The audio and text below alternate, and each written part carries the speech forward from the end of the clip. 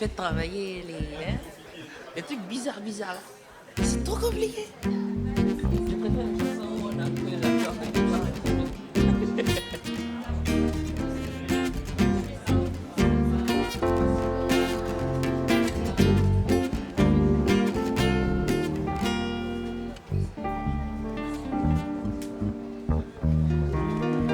Bonjour tout le monde.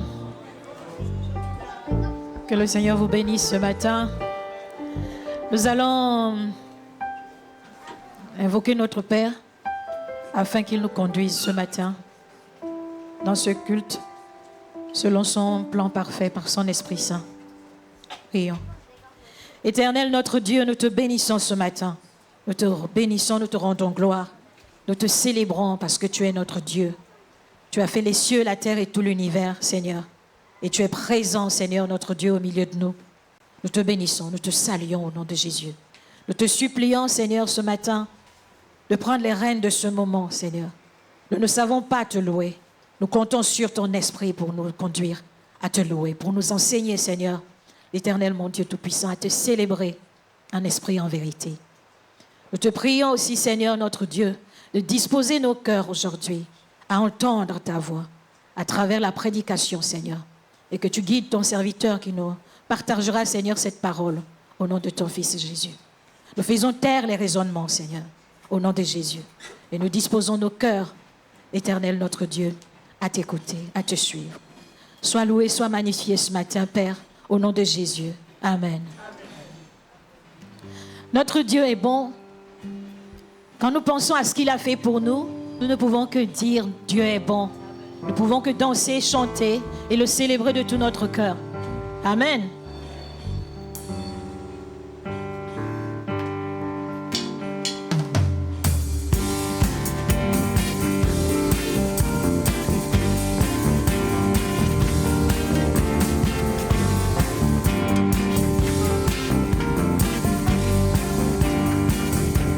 Dieu est bon.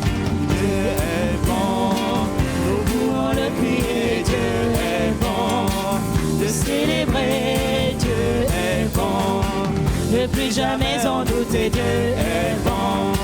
Oui, c'est bien vrai. Et quand je pense à son amour pour moi, mon cœur sort de joie et je veux danser. Ah, dans son cœur, il y a place pour moi et je cours les bras grands ouverts. Dieu est bon, nous voulons le crier, Dieu est bon. Le célébrer, Dieu est bon. Ne plus jamais en douter, Dieu est bon. Oui, c'est bien vrai. Et quand je pense à son amour pour moi, mon cœur sort de joie et je veux danser. Là dans son cœur, il y a place pour moi et je cours les bras grands ouverts. Dieu est bon, nous voulons le crier, Dieu est bon. Le célébrer, Dieu est bon. Ne plus jamais en douter, Dieu est bon. Oui, c'est bien vrai. Et quand je pense à son amour pour moi, mon cœur sort de joie et je veux danser. Car dans son cœur, il y a place pour moi et je cours les bras grands ouverts.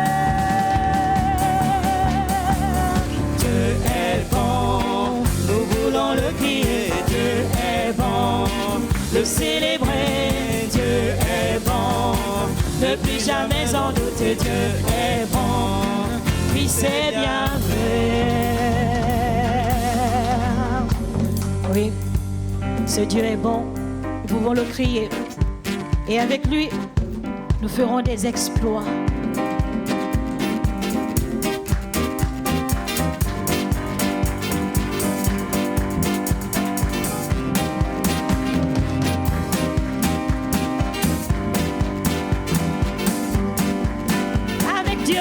C'est parti.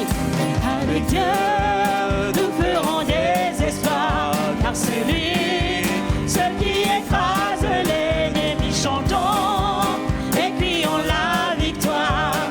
Fils et rois, car Dieu a gagné le combat.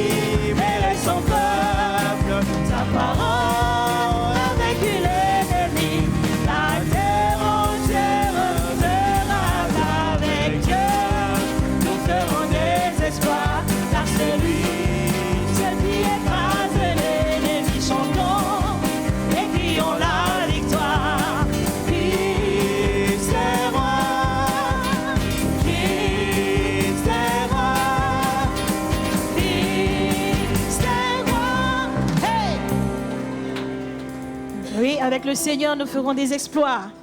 Et nous les faisons sans cesse. Il est fidèle. Amen. Et nous allons nous revêtir de l'armure et gagner le combat en fait. C'est vraiment un jour de force, de pêche. Prenons courage, quelles que soient les situations. Revêtons-nous de l'armure de Dieu pour gagner les combats dans ces derniers temps. L'ennemi secoue le peuple de Dieu. L'ennemi secoue les fils de Dieu. Mais revêtons-nous toujours de l'armure et gagnons tous les combats parce que celui qui est en nous est plus puissant que celui qui est dans le monde. Alléluia. Soyez bénis. Alléluia.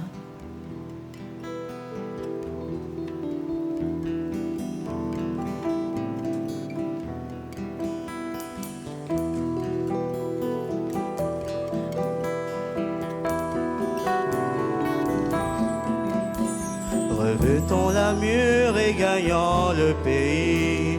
La victoire est à notre Dieu. Toute arme forgée contre toi est brisée. La victoire est à notre Dieu. Lui chantons gloire, honneur, force et louange au Seigneur. Chantons gloire, honneur, force et louange au Seigneur. Lorsque les ténèbres seraient comme un fleuve, la victoire est à notre Dieu. Il déploie sur nous le pouvoir de son sang. La victoire est à notre Dieu. Nous chantons gloire, honneur, force et louange au Seigneur. Nous chantons gloire, honneur, force et louange au Seigneur. Et quand l'ennemi vient vers nous, la victoire est à notre Dieu. Tu peux résister car tu es racheté. La victoire est à notre Dieu. Puis chantons gloire, honneur, force et louange au Seigneur. Nous chantons gloire, honneur, force et louange au Seigneur. Revêtons l'armure. Revêtons l'armure et gagnons le pays. La victoire est à notre Dieu. Toute arme forgée contre toi est brisée. La victoire est à notre Dieu. Puis chantons gloire, honneur, force et louange au Seigneur. Chantons gloire, honneur, force et louange au Seigneur. Lorsque les ténèbres seraient comme un fleuve, la victoire est à notre Dieu. Il déploie sur nous le pouvoir de son sang. La victoire est à notre Dieu. Nous chantons gloire, honneur, force et louange au Seigneur. Nous chantons gloire, honneur, force et louange au Seigneur. Et quand l'ennemi toi déclare rien, la victoire est à notre Dieu. Tu peux résister car tu es racheté. La victoire est à notre Dieu. Lui chantons gloire, honneur, force et louange au Seigneur. Chantons gloire, honneur, force et louange au Seigneur. Quand l'ennemi contre moi ne fait rien, La victoire est à notre Dieu. Tu peux résister car tu es racheté. La victoire est à notre Dieu. quand l'ennemi, une fois de plus, Quand l'ennemi vient près de toi, ne crains rien. La victoire est à notre Dieu. Tu peux résister car tu es racheté. La victoire est à notre Dieu. nous chantons gloire. Chantons gloire, honneur, force et louange au Seigneur. Nous chantons gloire, honneur, force et louange au Seigneur. Et chantons Gloire, honneur, force et louange au Seigneur. Nous chantons gloire,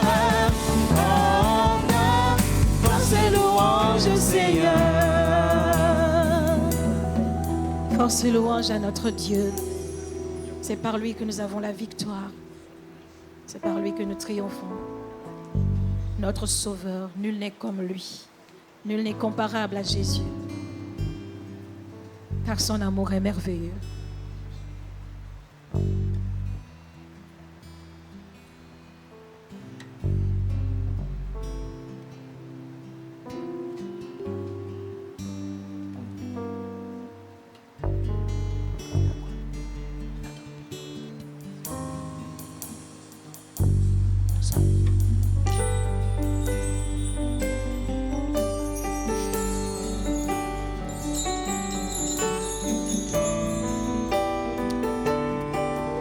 Nul n'est comparable à toi, Jésus.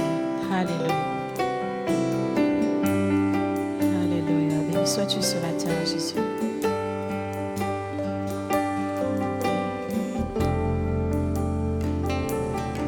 Oh Jésus, ensemble. Oh Jésus, mon sauveur, Seigneur, nul n'est comme toi.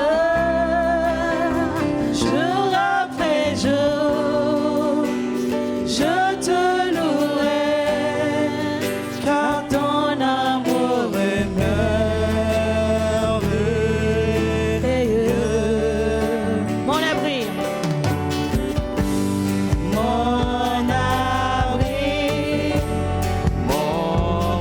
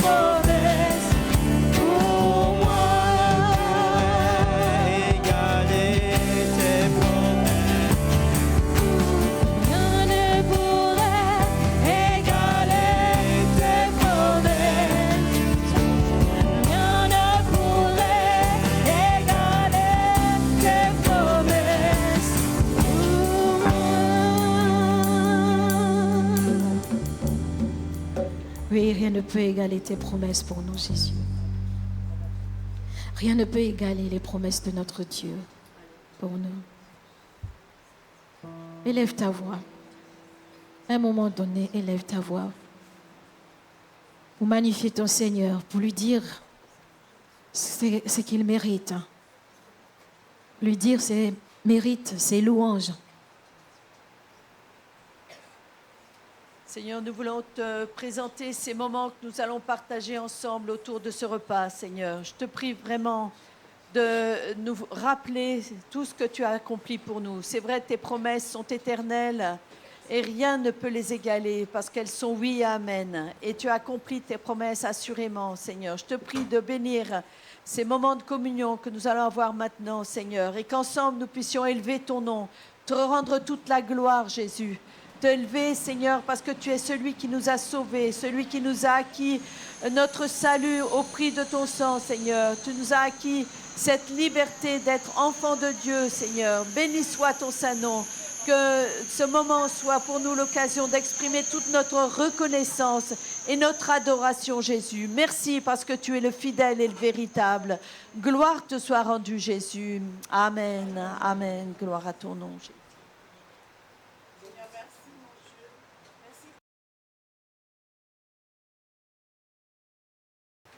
Nous allons continuer à adorer notre Seigneur, toujours en se souvenant de ce qu'il a fait pour nous.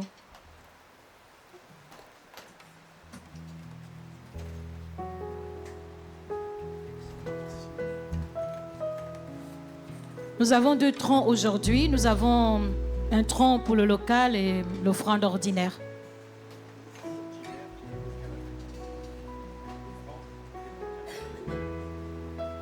Nous commençons par l'offrande ordinaire et le deuxième tronc, ça sera pour le local.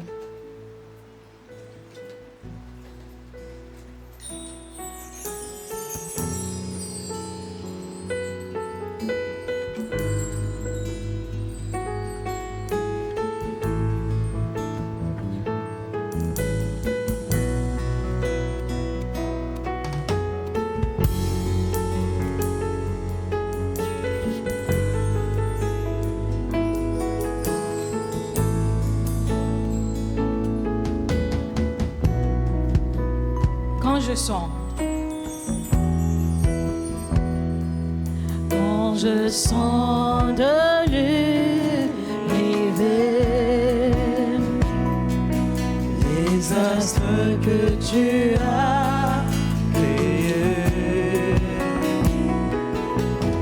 les océans, les mers, tout me révèle ta majesté.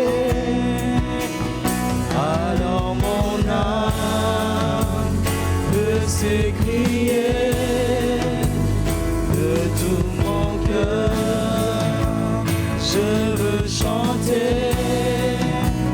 Alors mon âme peut s'écrier de tout mon cœur, je veux chanter. Oh Dieu, tu es infiniment grand, éternel puissant, roi majestueux. Oh Dieu, tu es infiniment grand, éternel puissant, roi majestueux.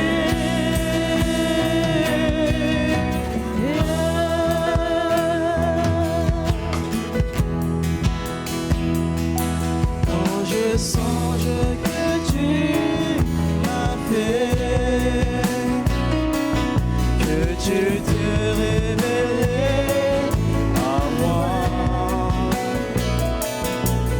que pour moi tu as tout créé, tout me révèle ta bonté.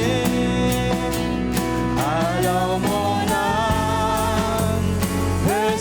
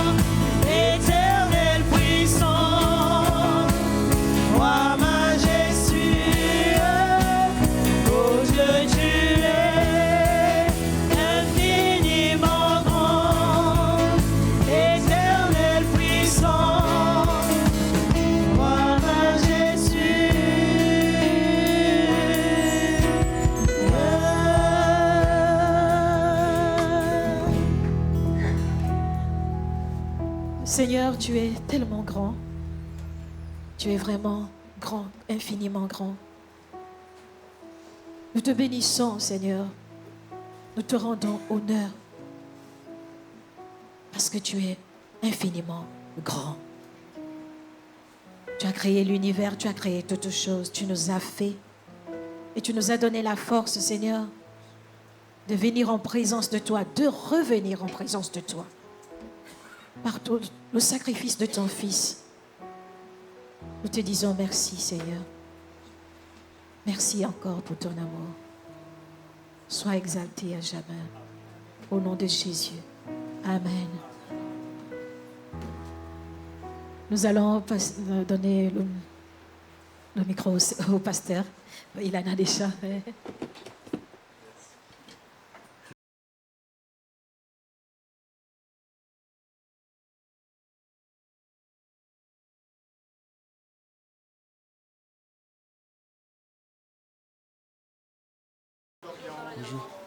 On sent vraiment que c'est les vacances, hein?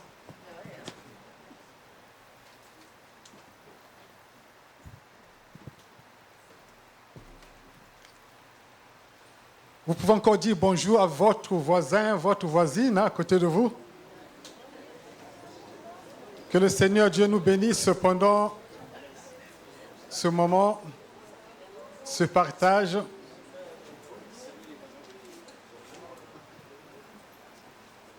J'envie ceux qui partent maintenant en vacances, là. Ah là là. Moi, je suis de retour, j'ai repris, c'est toujours dur.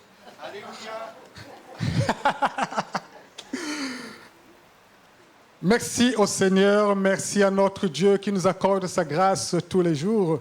Et si nous sommes ici présents, c'est par la grâce de Dieu. Ce matin, je voudrais partager avec vous sur le thème « Ne néglige pas ton héritage, ton salut ». Je ne vais pas vous parler d'un héritage terrestre. Vous savez, dans notre monde aujourd'hui, les familles se déchirent à cause de l'héritage des biens matériels. Ça s'est même passé dans ma famille. Moi, je n'ai reçu aucun héritage de mon père. Lors de son vivant, mon père disait toujours à sa famille, « Le jour que je veux mourir, tout ce que je vais laisser appartient à mes enfants. » Mais vous savez ce qui s'est passé? Quand mon père est décédé, le jour même, son frère, qui l'a élevé depuis le bas âge, qu'on a grandi ensemble, quand papa est décédé à l'hôpital, ce frère-là est rentré à la maison, il a cherché les documents parce que notre père avait laissé un testament. Donc il a retrouvé tous les documents, il a caché. Et ensuite, ce qui s'est passé, les biens matériels, ils se sont partagés entre eux. C'est ce qui se passe aujourd'hui. L'héritage, les biens matériels. Récemment, j'étais en Écosse, à Glasgow, pendant mes vacances, et j'ai une tante, c'est la cousine de ma mère, qui habite à Birmingham, c'est la deuxième ville de l'Angleterre. Et elle m'appelait un jour, on causait. Elle me raconte qu'aujourd'hui, il y a un conflit dans leur famille parce qu'il y a une maison que leur père avait laissée et l'aîné de la famille a vendu la maison. Alors, sans le consentement des autres. Hein. Et là, il y a un conflit. Et il y a un frère, un tonton, qui a porté plainte contre leur aîné. Un conflit à cause de l'héritage des biens, etc. Alors, moi, ce matin, je vais vous parler d'un autre héritage, de notre salut. Alors, j'utilise les deux mots, héritage et salut, parce qu'ils sont étroitement liés. Nous devons comprendre que le salut est un héritage spirituel acquis par notre Seigneur Jésus-Christ, par son sacrifice.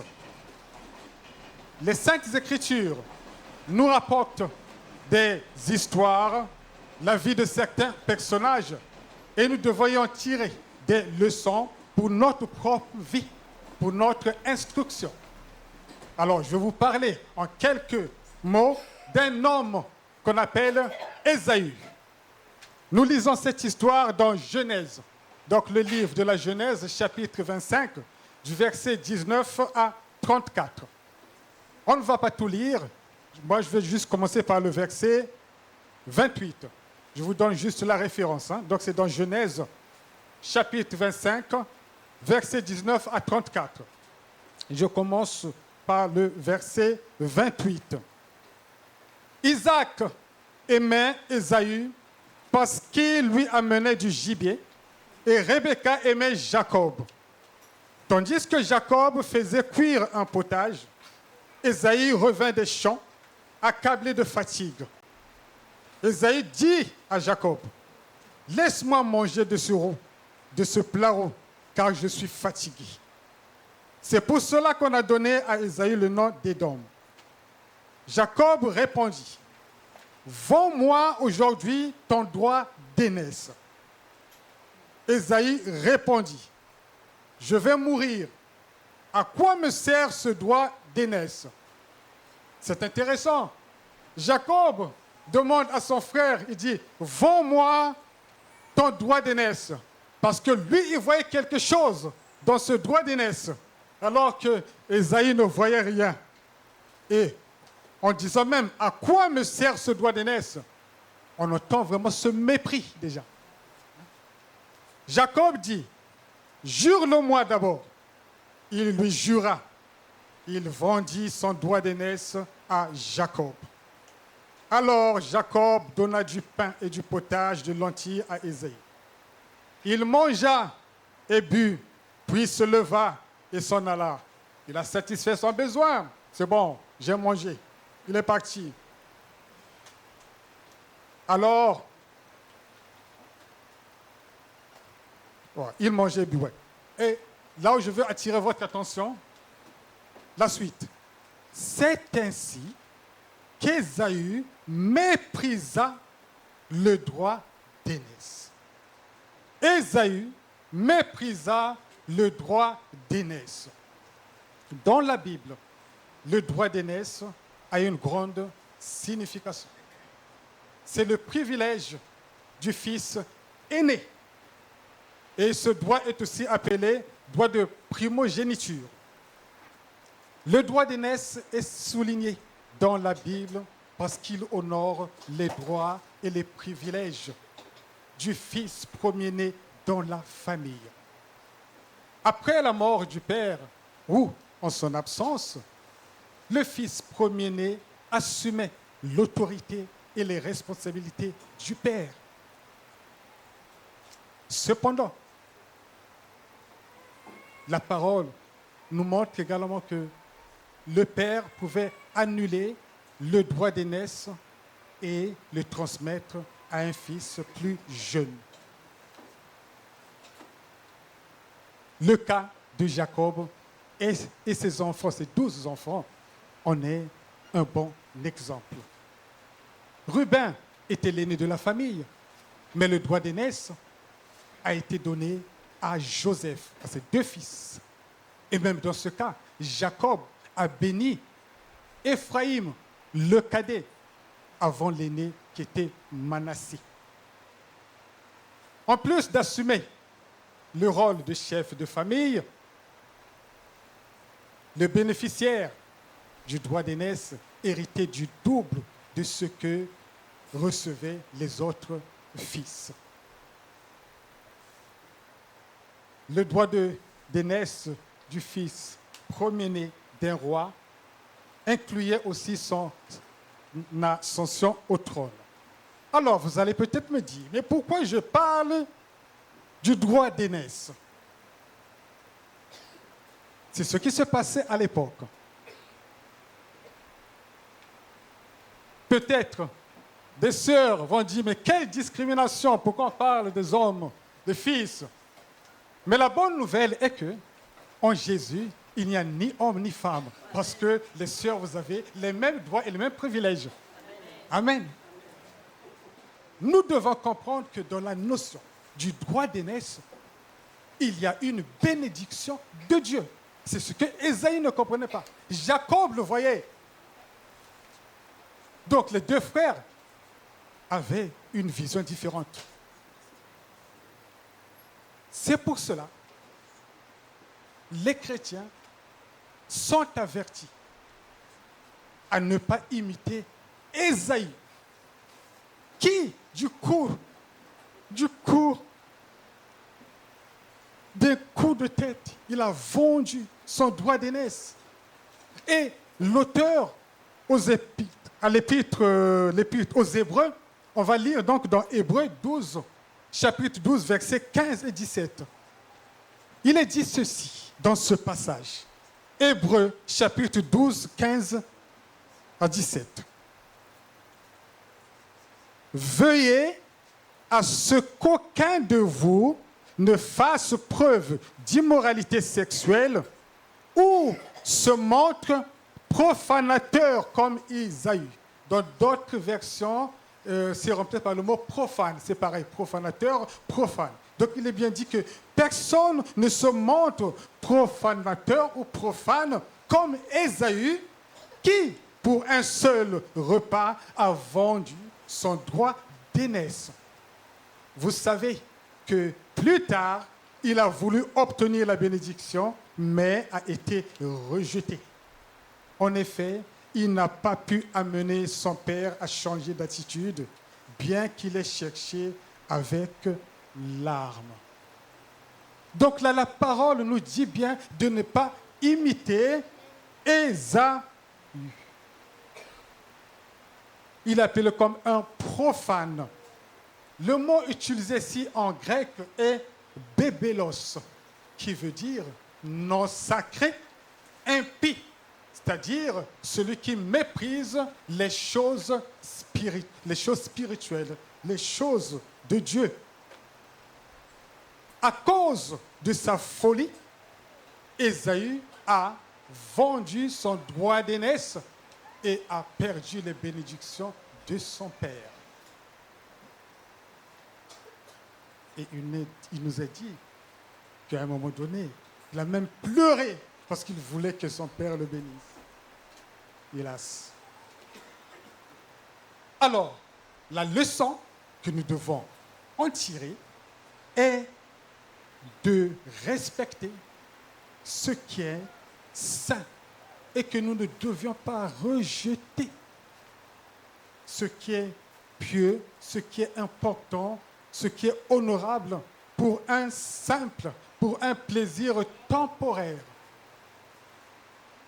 Alors ma question, qu'est-ce qui est plus important aujourd'hui pour la vie, pour toi, dans ta vie? Qu'est-ce qui est plus important?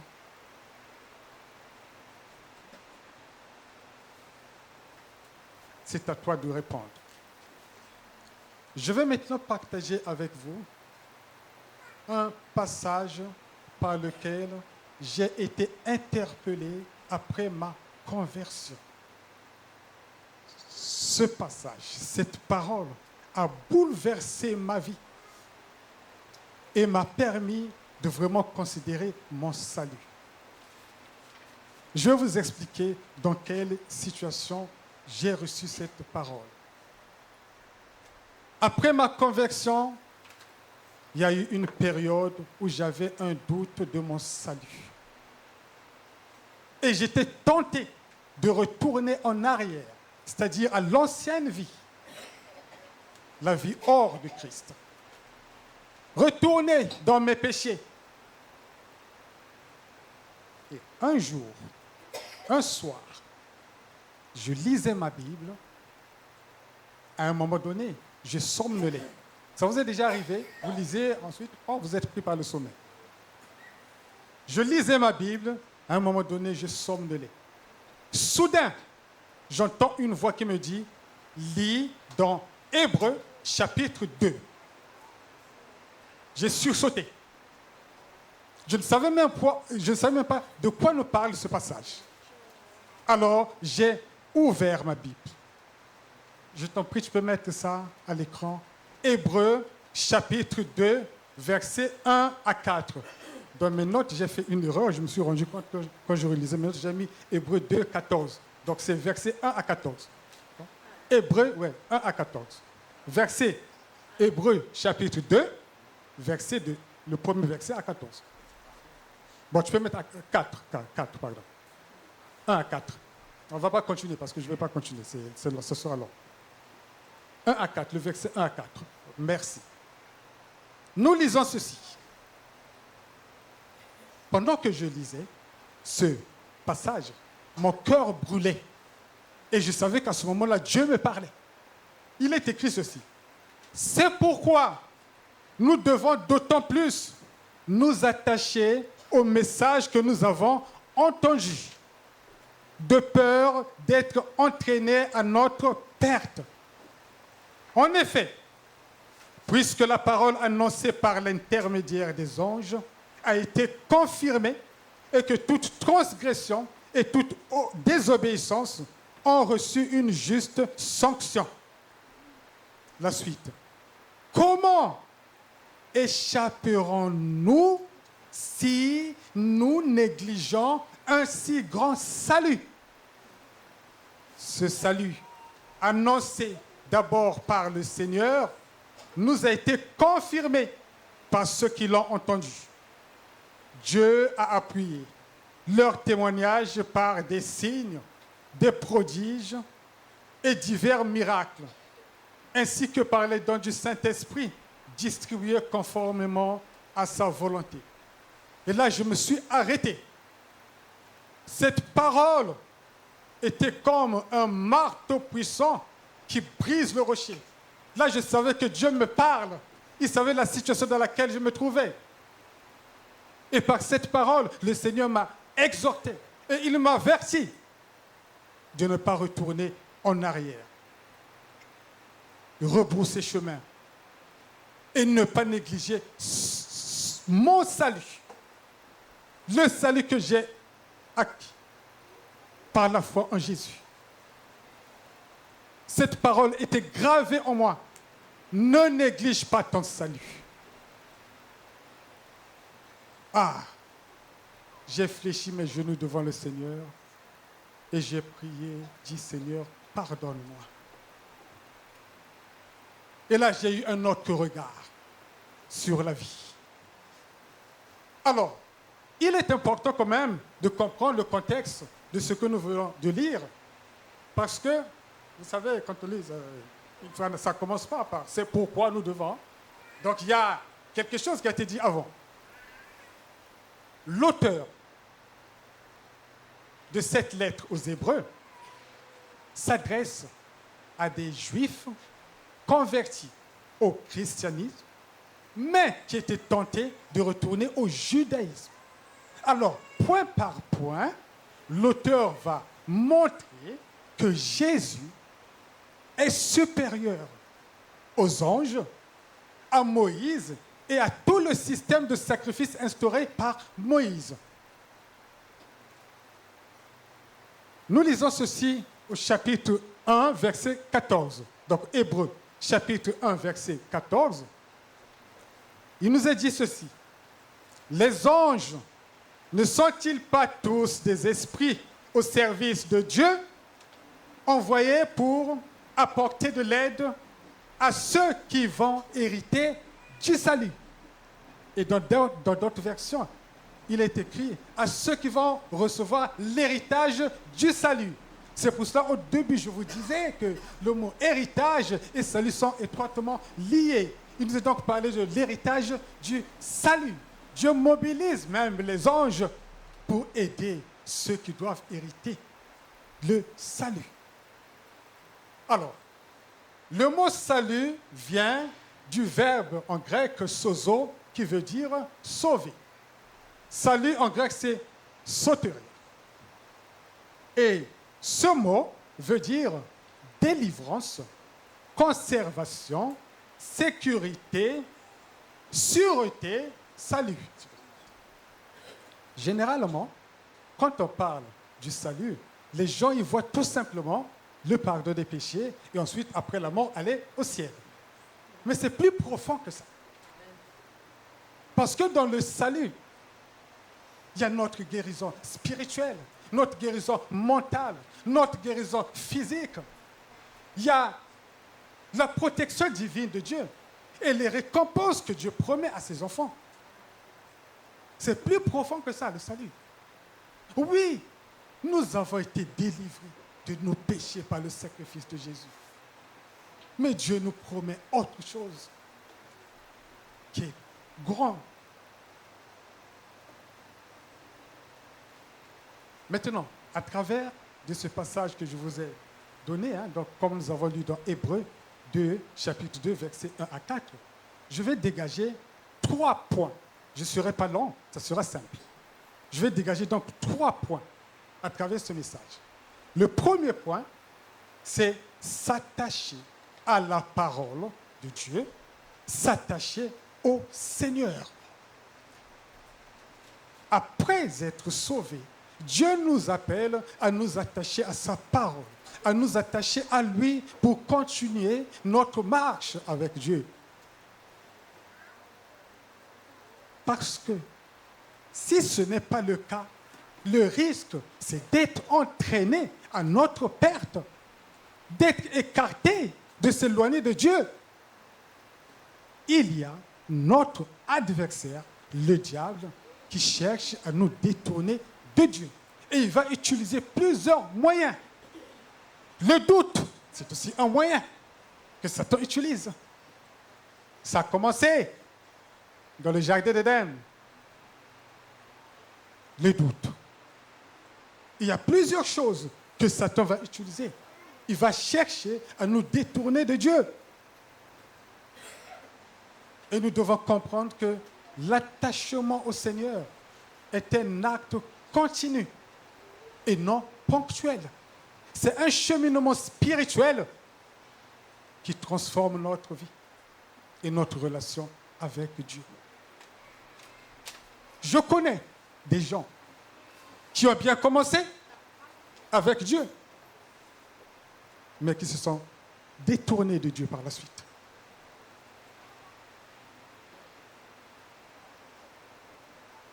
Bon, il y a un jeudi, j'avais parlé d'une jeune fille. Quand j'étais dans mon église au Kazakhstan, à l'époque j'étais leader de la jeunesse, cette jeune fille avait 15 ans. Donc elle venait avec sa sœur.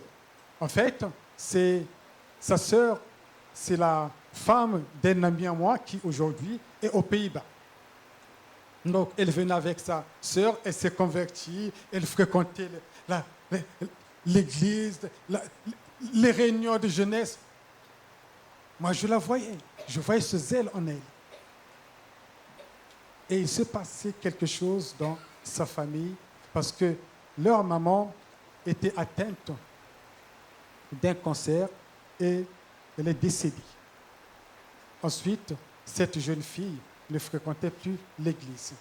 À l'époque, moi, je me trouvais dans une autre ville et quand j'étais en contact avec mon ami, un jour, je lui ai posé la question, est-ce que tu vois cette fille? Il dit non, je ne la vois plus. Donc, elle ne fréquentait plus l'église. Et cette jeune fille est arrivée en France avec sa famille, son enfant, son mari. Je les ai hébergés pendant 3 mois parce qu'ils étaient en procédure de demandeurs d'asile. Donc, je les ai accompagnés dans toutes les démarches. Ils ont eu un appartement par la suite à Angoulême. À Angoulême, un jour, je les ai rendu visite. On discutait dans la cuisine.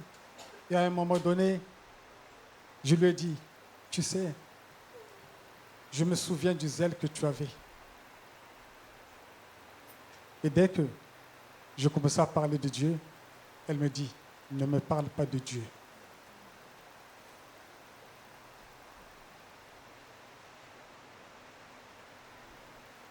Parce qu'il y a une amertume dans son cœur.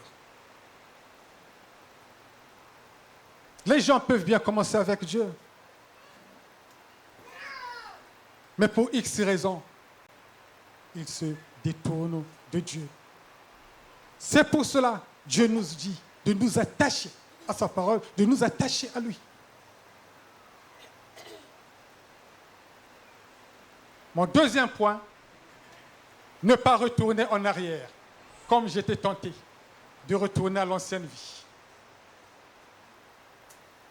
Dieu a tracé un chemin devant nous, un chemin qui conduit à l'éternité. Ne soyons pas comme les Israélites, qui, après avoir été délivrés de l'Égypte, ils ont bien vu la main puissante de Dieu. Ils ont vu les miracles, mais ils voulaient y retourner. Pourquoi? Leur cœur n'était pas attaché à Dieu. Bien que physiquement, ils étaient sortis d'Égypte, mais ils étaient toujours animés par leur désir. Ils voulaient retourner en Égypte. Ils ont oublié qu'ils étaient opprimés. Ils étaient en esclavage en Égypte. Contrairement à Moïse, pourtant avait une meilleure vie que tous ces Israélites. Lui, il avait un autre regard. Un regard fixé sur la récompense à venir. Nous lisons ceci dans Hébreux, chapitre 11, versets 24 à 27. Il nous a parlé de Moïse. C'est par la foi que Moïse, devenu grand, a refusé d'être appelé fils de la fille du Pharaon. Il préférait être maltraité avec le peuple de Dieu plutôt que d'avoir momentanément la jouissance du péché. Oui, aujourd'hui, il y a des gens qui veulent avoir momentanément la jouissance du péché. Il considérait l'humiliation attachée au Messie comme une richesse plus grande que les trésors de l'Égypte, car il avait le regard fixé sur la récompense à venir. C'est par la foi qu'il a quitté l'Égypte, sans craindre la colère du roi, car il s'est montré déterminé, comme s'il voyait celui qui est invisible. Moïse avait un regard sur la récompense à venir. Il voyait déjà Dieu l'invisible. Il voyait. Pour lui, la grande richesse, c'est Dieu. C'est pas les trésors de l'Égypte. C'est un exemple pour nous également. Le regard que nous devons avoir, un regard fixé sur Dieu. Et le troisième point, ne pas négliger son salut. Oh, cette parole est gravée dans mon cœur. Ne néglige pas ton salut. La parole nous parle de cet exemple, la désobéissance du peuple de Dieu. Et la parole nous donne cet avertissement. C'est un avertissement, comme nous l'avons lu. En effet, puisque la parole annoncée par l'intermédiaire des anges a été confirmée et que toute transgression et toute désobéissance ont reçu une juste sanction. Comment échapperons-nous si nous négligeons un si grand salut? Comment échapperons-nous si nous négligeons notre salut? C'est vrai qu'on n'aime pas entendre les avertissements. On aime entendre que les bonnes paroles. Mais un avertissement, c'est pour t'épargner. Parce qu'il y a un risque. Il y a une sanction qui peut venir. Si Dieu nous avertit parce qu'il nous aime, l'avertissement, ça s'est déjà passé dans le jardin d'Éden. Dieu a dit, qu'est-ce qu'il a dit? Allez-y. Si tu manges le fruit de la connaissance du bien et du mal, tu mourras. C'est un avertissement. Dieu nous avertit de plusieurs choses. Parce que derrière, il y a des conséquences. Les parents, vous avertissez vos enfants? Oui. Ah, mais il n'y a que Gérald ici, Hélène, les parents. Qui avertit son fils, sa fille, quand tu vois qui? Ah. On avertit parce qu'on sait ce qui peut en découler. Si nous avons la même attitude envers Dieu, vis-à-vis de sa parole, tout comme les Israélites, on ne pourra pas échapper à la sanction ou à la punition, comme le dit la parole. Ce n'est pas moi qui le dis. On ne pourra pas y échapper. On ne pourra pas.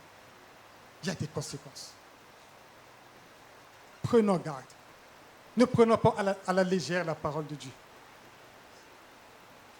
Est-ce que nous réalisons vraiment notre salut? Nous avons été rachetés à un grand prix. C'est pour cela que nous ne devons pas négliger notre salut.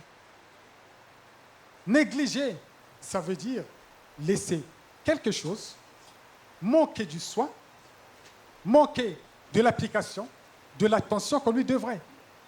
C'est ne pas accorder une importance à quelque chose.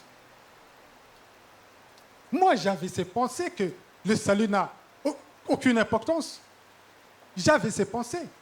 Mais je sais ce qui se passait en fait à cette époque-là. Aujourd'hui, je le sais.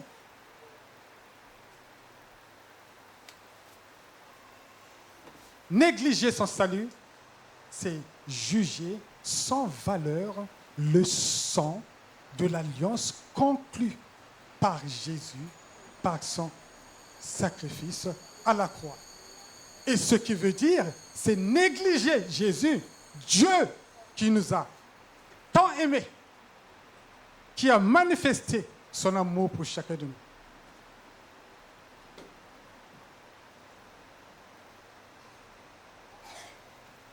Le contraire de négliger, c'est quoi? Oui, entretenir, oui. Et moi, je vais vous dire les mots que j'ai mis.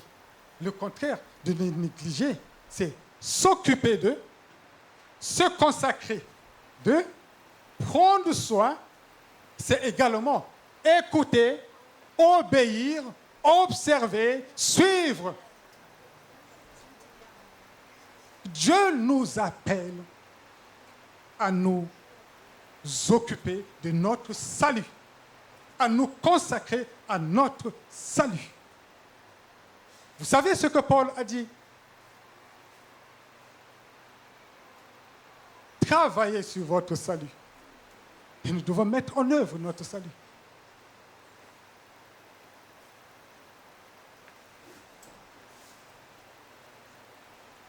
Et je veux te dire, ce matin,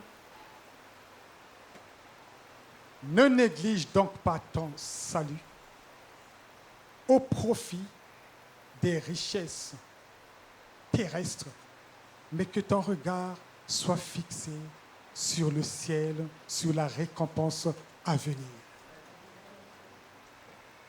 Vous savez, le peuple d'Israël,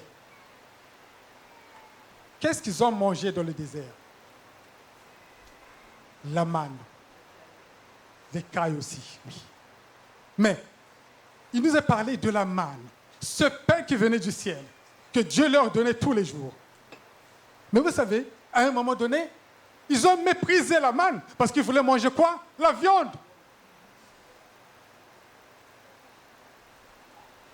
Et la parole nous dit qu'ils ont tous mangé une nourriture spirituelle. Ils ont bu d'une boisson spirituelle, le rocher qui les accompagnait. Et ce rocher, c'est qui? C'est Christ. Eux, ils voyaient que la manne, les choses physiques, là. Ils ne comprenaient pas ce mystère. de cette nourriture. Il est dit que c'est une nourriture spirituelle. L'eau qui était sortie du rocher, c'est une boisson spirituelle. Ce rocher qui les accompagne, c'est Christ. C'est un mystère. En négligeant cela, il négligeait Dieu lui-même.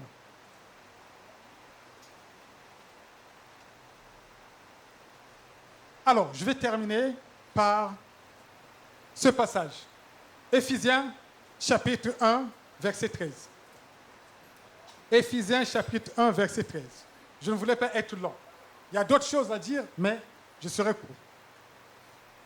En lui, c'est-à-dire en Jésus, vous aussi, après avoir entendu la parole de la vérité, l'évangile qui vous sauve, en lui, vous avez cru et vous avez été marqués de l'empreinte du Saint-Esprit qui avait été promis. Il est, c'est-à-dire le Saint-Esprit, il est le gage de notre héritage en attendant la libération de ce que Dieu s'est acquis pour célébrer sa gloire. Là, Paul, en s'adressant à ces chrétiens, il dit, vous avez entendu la bonne nouvelle, l'évangile. Vous vous souvenez ce qu'on a lu dans Hébreux chapitre 2, verset 1. Nous devons nous attacher à ce que nous avons entendu, c'est-à-dire la parole, l'évangile, la bonne nouvelle. Et Dieu nous a donné le gage de notre héritage, le Saint-Esprit, Dieu lui-même.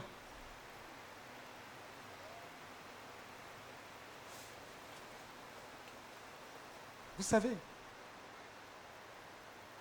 la Bible nous dit que nous sommes l'héritage de Dieu et en même temps, Dieu est notre héritage. C'est une eau spirituelle, c'est un mystère. C'est pour ça que nous devons marcher en communion avec Dieu.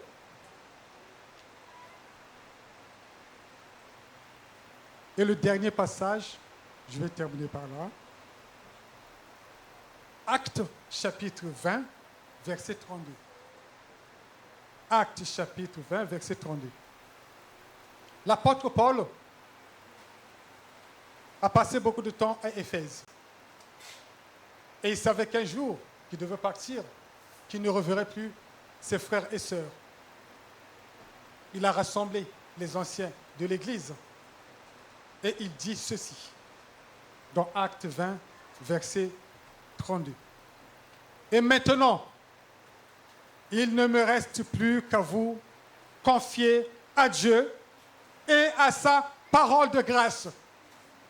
Il a le pouvoir de vous faire grandir dans la foi et de vous assurer l'héritage qu'il vous réserve avec tous ceux qui lui appartiennent. Paul dit, je vous confie à Dieu et à sa parole de grâce. C'est lui qui peut vous faire grandir, vous édifier et vous assurer l'héritage qu'il vous réserve. Savez-vous que Dieu nous réserve encore un héritage dans les cieux? Est-ce que nous avons vraiment ce désir de recevoir cet héritage? Tout dépend de nous, de notre attitude vis-à-vis de Dieu, de notre marche. Tout dépend de nous.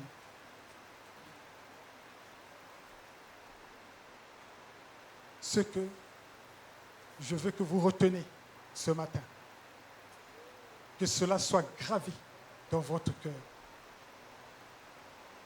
Ne néglige pas ton héritage, ton salut.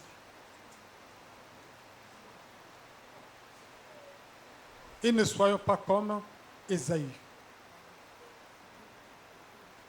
qui a méprisé son droit d'aînesse.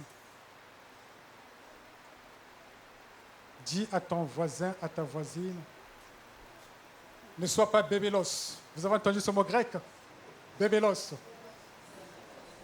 c'est-à-dire celui ou celle qui méprise les choses saintes. Que Dieu nous garde, qu'il nous aide vraiment à continuer notre marche avec le Seigneur. Je vais inviter les sœurs, les musiciens, la sœur Nina, les musiciens. Vous pouvez monter, s'il vous plaît.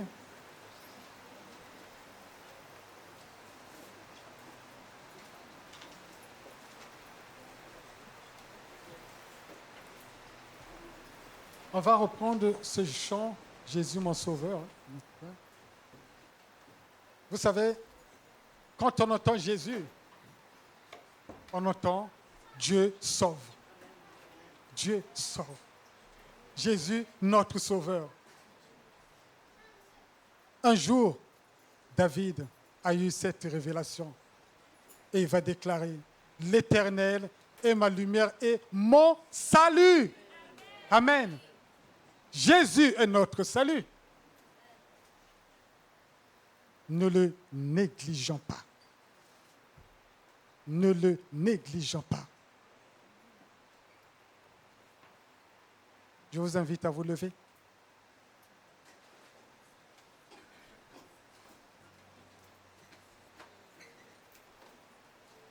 Je vous exhorte, quand vous serez chez vous, prenez juste ce temps de méditer sur votre salut.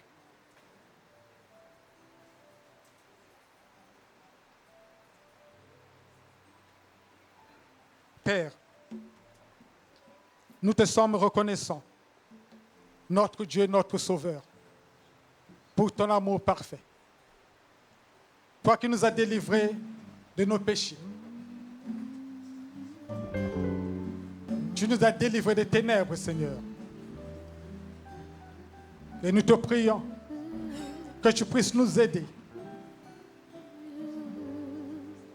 à réaliser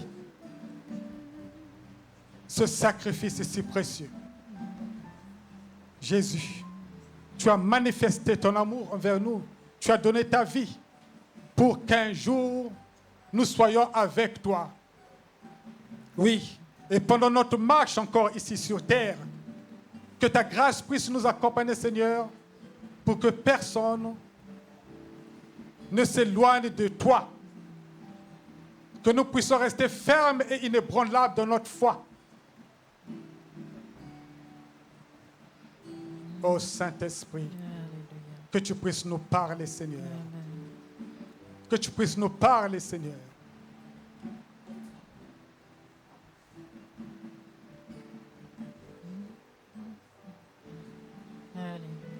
Agis.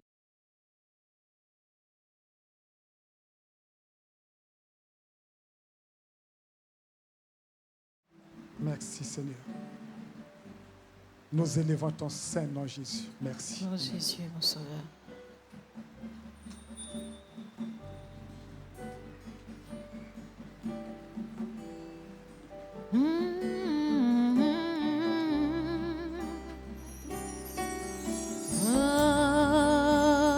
Nous allons le chanter de tout notre cœur. Alléluia. Oh Jésus, mon sauveur. Tous ensemble. Oh Jésus, mon sauveur, Seigneur, nul n'est comme toi. Jour après jour, je te louerai, car ton amour est merveilleux.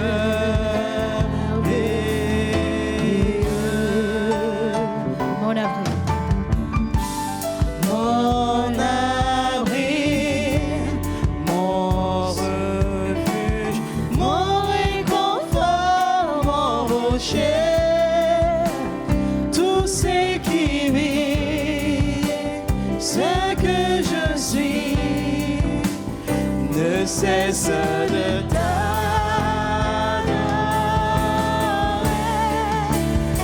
Chantons. Chantons Seigneur, cri de joie, terre entière. À toi la gloire,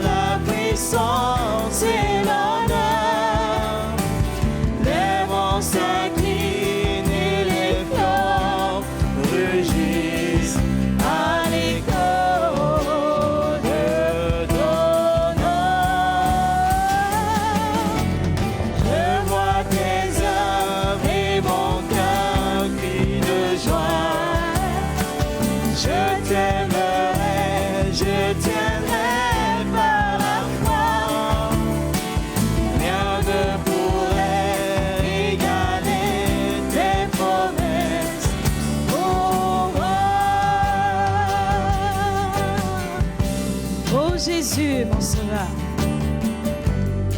Oh Jésus, mon sauveur, Seigneur, nul n'est comme toi.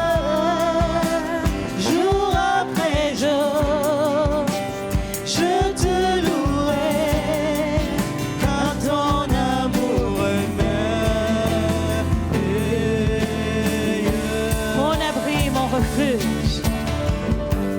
Mon abri, mon refuge, mon réconfort, mon rocher, tout ce qui vit, ce que je suis, ne cesse de t'adorer.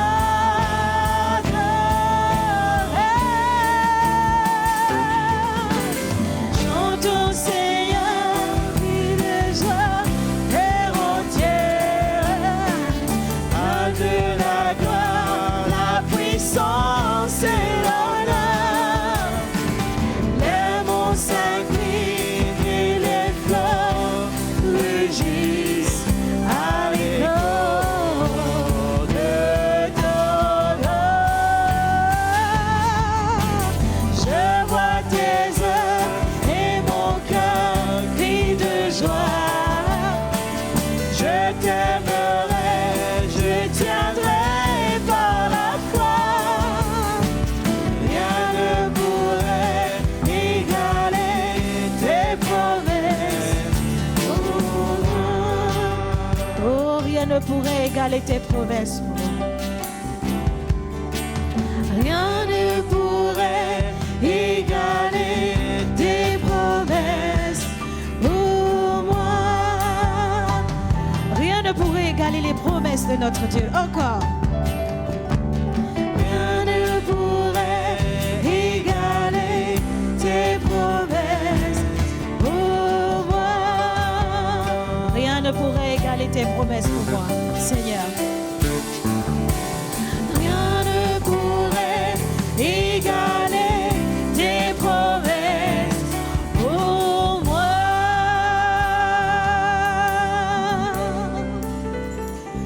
Nous allons ensemble élever nos voix. Après ce grand message, je pense que chacun de nous a quelque chose à dire à son Seigneur.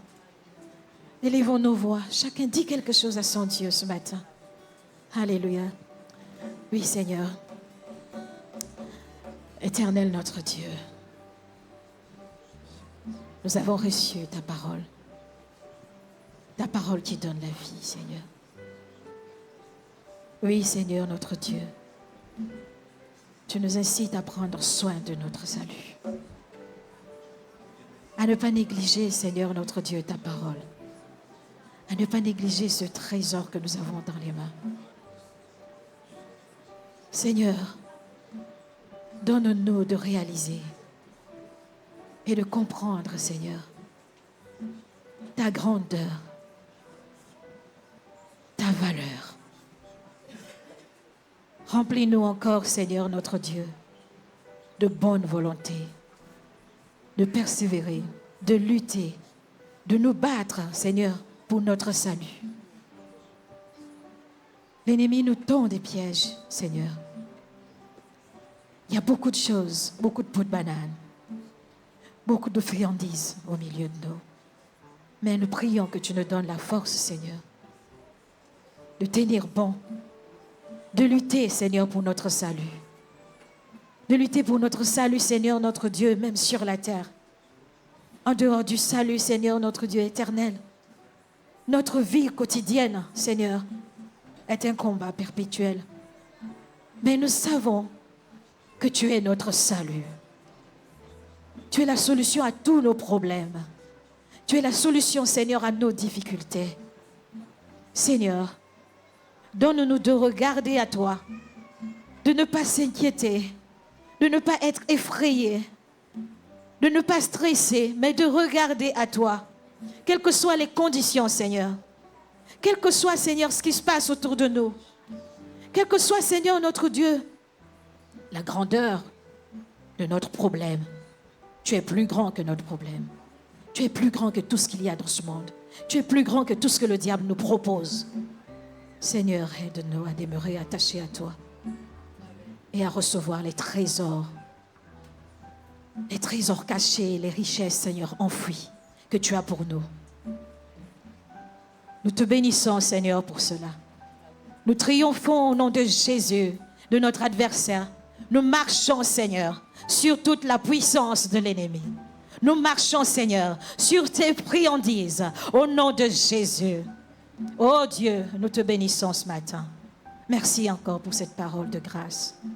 Au nom de Jésus. Amen. Amen. Nous bénissons notre Dieu parce qu'il est toujours fidèle. Il est présent au milieu de nous. Il nous aime tellement, mais tellement, qu'il nous parle sans cesse. Il est amour. Il est riche en bonté, lent à la colère.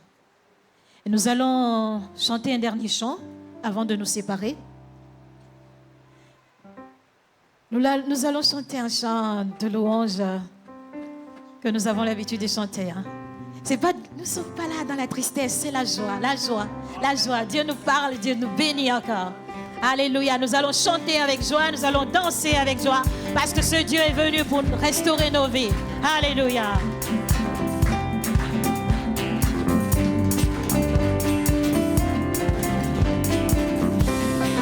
Ensemble, louons le Seigneur, il est vivant. Ensemble, louons le Seigneur, il est vivant. Ensemble, louons le Seigneur, il est vivant. Ensemble, louons le Seigneur, il est vivant.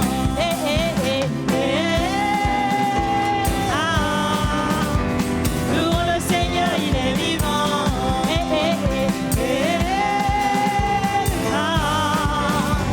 Louons le Seigneur, il est vivant. Il y a une chorégraphie qui se fait avec ce chant. Nous allons faire la petite choré.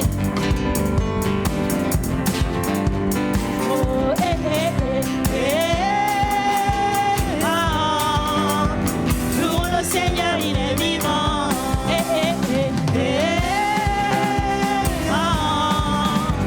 Louons le Seigneur, il est vivant. Louons le Seigneur, il est vivant. Ensemble, louons le Seigneur, il est vivant.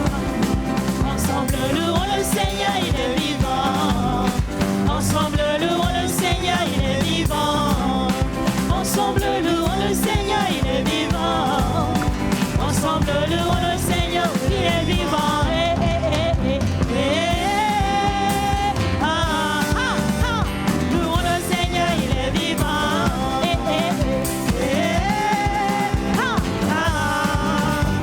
Louons le Seigneur, il est vivant. Louons le Seigneur, il est vivant. Ensemble, élevons le Seigneur, il est vivant. Ensemble, élevons le Seigneur, il est vivant. Ensemble, élevons le Seigneur, il est vivant. Ensemble, élevons le Seigneur, il est vivant.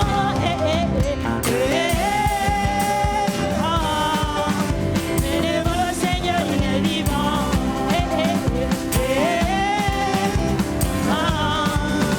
Élevons le Seigneur, il est vivant.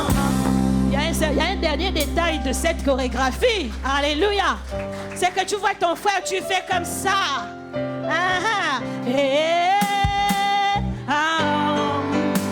Louons le Seigneur, il est vivant.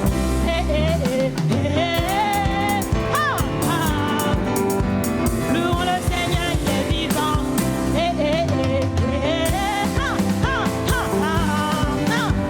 Louons le Seigneur, il est vivant. Alléluia.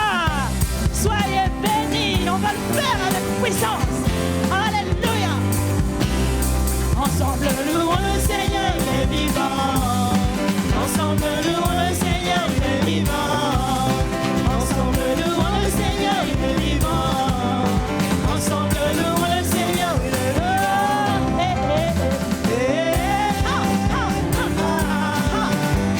Louons le Seigneur, il est vivant.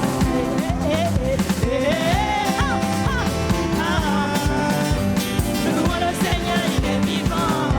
Alléluia. Amen. Dieu soit glorifié. Notre Dieu est vivant. Il règne d'âge en âge, d'éternité en éternité. Il mérite la louange de son peuple. Alléluia. Nous sommes un peuple béni. Et notre Dieu mérite notre louange. Alléluia. La louange sied au cœur pur. Alléluia. Et vous êtes des cœurs purs. Vous avez été purifiés par le sang de l'agneau. Nous avons été purifiés par le sang, le sacrifice de Jésus à la croix. Amen. Nous allons recommander le départ de tout un chacun entre les mains du Seigneur.